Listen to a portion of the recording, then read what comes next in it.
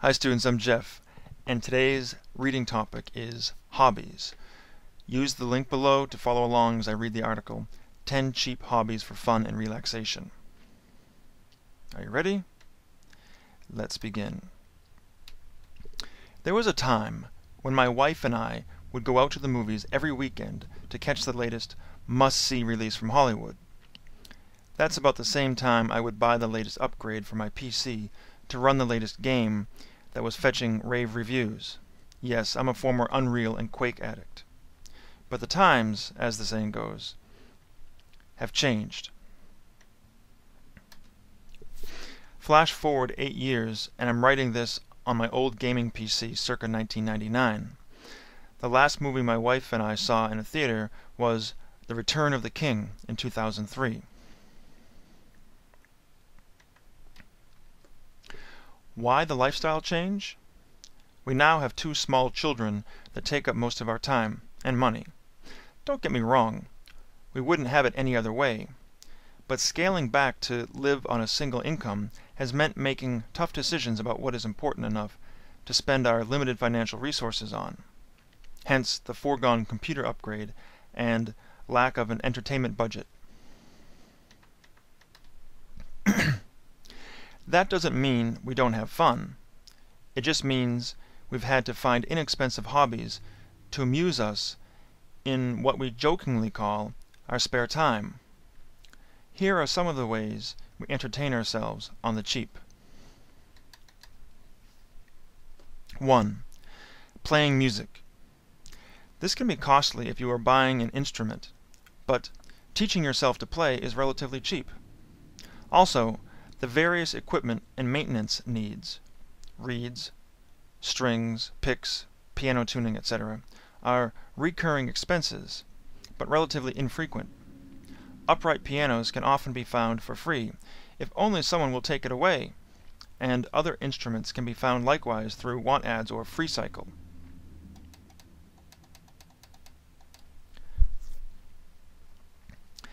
Even if you don't go the hand-me-down route, many new instruments can be purchased for a one-time cost of a couple $100s. My wife bought me an acoustic guitar somewhere in the $400 to $600 range for my birthday a few years back, and I've only ever spent money on new strings every couple of months or so. Any serious guitarist will tell you that this is not often enough, but hey, it's only a hobby. This type of hobby is not to be ignored, especially if you have children.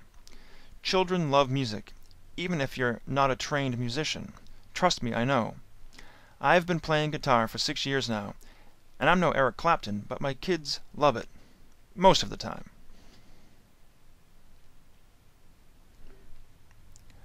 2. Writing. You'll be amazed at what you can learn about yourself through regular writing, whether it is in a journal or a blog. Plus, there's no better escape from the drudgery of life. If you really like to write and find that you're not half bad at it, you can even make a few extra dollars doing it. Check out content development sites like Associated Content and Hub Pages, or start your own blog. 3. Reading. Reading is the single best way to increase your knowledge or escape from the dull realities of your everyday life. The best part is, it's absolutely free through your public library. With the internet and interlibrary exchanges, you can find most any book at your local library. You're already paying for it with your tax dollars, so why not use it? 4. Knitting and crocheting. My wife loves to knit. It's pretty rare in our generation, but it is a soothing hobby for her, and she's even made some hats, scarves, and the obligatory sweater for the kids. Having a relaxing hobby to unwind after a day of chaos and making your own clothes for mere pennies, that's a good thing in my book. 5. Astronomy. Okay, I know what you're thinking. Astronomy is a cheap hobby? No way! The problem here is that any hobby can get expensive if you get carried away. It's just that getting carried away with astronomy entails dropping a couple grand on delicate equipment like telescopes and lenses. But it doesn't have to be that way. You can get quite a bit out of a pair of binoculars, much less expensive than a telescope, and a star map. 6. Photography. Photography was once a keen interest of mine, but after I left college, I dropped it like a bad habit.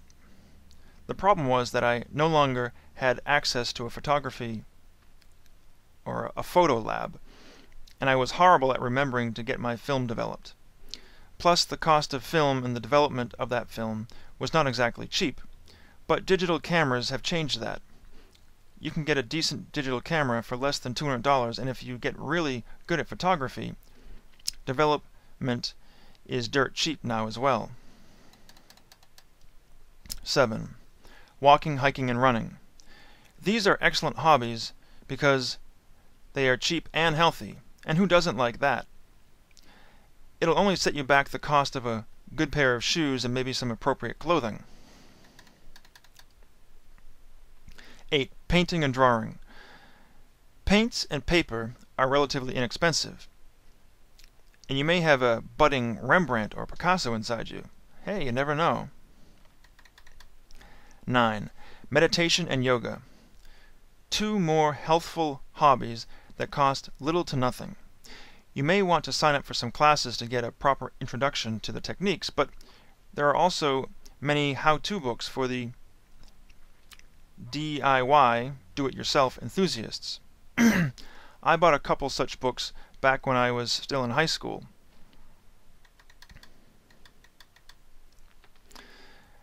The techniques I learned from them have helped me get through some pretty tough times over the years. I haven't practiced either for quite a while, but writing this post makes me want to get back into the habit again. What can I say? After having 2 small children, I long for the peacefulness these hobbies can bring. 10. Baking and cooking. If you love to cook or bake, then this is a win-win hobby. You get the pleasure of making your own meals and desserts while saving money on groceries, and again, this one can be loads of fun with young children involved. If you have an inexpensive hobby that's not on the list, please leave a comment. I'm always on the lookout for something new. Thanks for watching, and have a great day.